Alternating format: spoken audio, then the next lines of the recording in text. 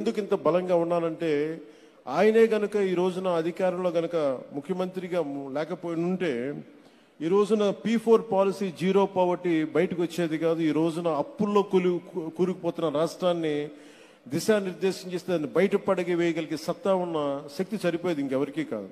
అందుకని మనస్ఫూర్తిగా కూటమికి ఎన్డీఏ కూటమి నాయకులుగా తెలుగుదేశం జాతీయ పార్టీ అధ్యక్షులుగా సమర్థవంతంగా కష్టాల్లో ఉన్న రాష్ట్రాన్ని మా అందరికీ మార్గదర్శకత్వం వహిస్తూ ముందుని నడిపిస్తున్న శ్రీ గౌరవనీయులు శ్రీ ముఖ్యమంత్రి శ్రీ నారా చంద్రబాబు నాయుడు గారికి ప్రత్యేకంగా ధన్యవాదాలు, కృతజ్ఞతలు, నమస్కారాలు తెలియజేసుకున్నాను. ప్రపంచవ్యాప్తంగా ఉన్న తెలుగు ప్రజలందరికీ ప్రతి ఒక్కరికి ఉగాది పర్వదిన శుభాకాంక్షలు తెలియజేసుకున్నాను. మీకు కూడా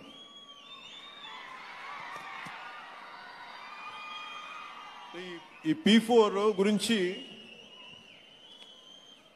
నాకేమనిపిస్తుంటే P4 అంటే డబ్బులు ఇచ్చేయడం అందరికీ ఒక ఆలోచన ఉంటుందేమో. P4 అనేది చాలా చాలా కీలకమైనది.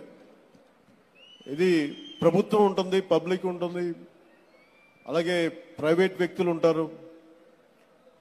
అలాగే ఇవన్నీ ఇంతమంది కలిస్తేనే పార్ట్నర్షిప్. ఇది ఇప్పుడు ఈ మనకి దీంట్లో చాలా మందికి సగటు మనిషికి ఇక్కడున్న వేదిక పైన ఎవరు కూడా చల్మలశెట్టి సునీల్ గారు కావచ్చు, గోయంక గారు కావచ్చు, లేదంటే మన కృష్ణారెడ్డి గారు కావచ్చు, గౌరవ ముఖ్యమంత్రి నారా చంద్రబాబు నాయుడు గారు కావచ్చు, వేదిక పైన పెద్దలు ఎవరైనా ఉండొచ్చు, ఇక్కడ ఉన్న చాలా మంది విశిష్ట అతిథులు కావచ్చు, ఐఏఎస్ అధికారులు ఉండొచ్చు. ఎవరికైనా సరే చదువుకునే సమయంలో ఎదుగుదామనే సమయంలో అందరూ చిన్న గ్రామాల నుంచి వచ్చిన వాళ్ళే, చిన్న చిన్న రాష్ట్రాల మారుమూల కుగ్రామం నుంచి వచ్చిన వాళ్ళే. కానీ వాళ్ళకి ఏముంటుందంటే ఎవరో ఒకరు సలహా ఇచ్చేవాడు కావాలి.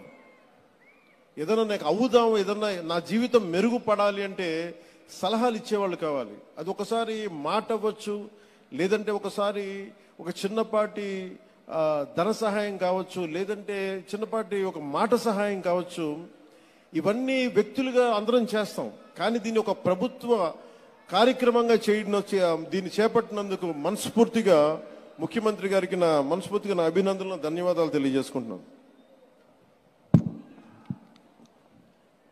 ఈ ఉగాది మన రాష్ట్ర అభివృద్ధిలో ఒక చారిత్రాత్మక రోజుగా నిలిచిపోతుంది. స్వర్ణాంధ్రప్రదేశ్ 2047 లక్ష్యాన్ని చేరుకునే దిశగా పేదరికాన్ని పూర్తిగా నిర్మూలించేందుకు జీరో పావర్టీ P4 పాలసీ అనే ఈ గొప్ప కార్యక్రమాన్ని ప్రారంభిస్తున్నందుకు మనస్ఫూర్తిగా ధన్యవాదాలు తెలియజేస్తున్నాను. దేశం మొత్తం గౌరవ ప్రధాని శ్రీ నరేంద్ర మోదీ గారి నేతృత్వంలో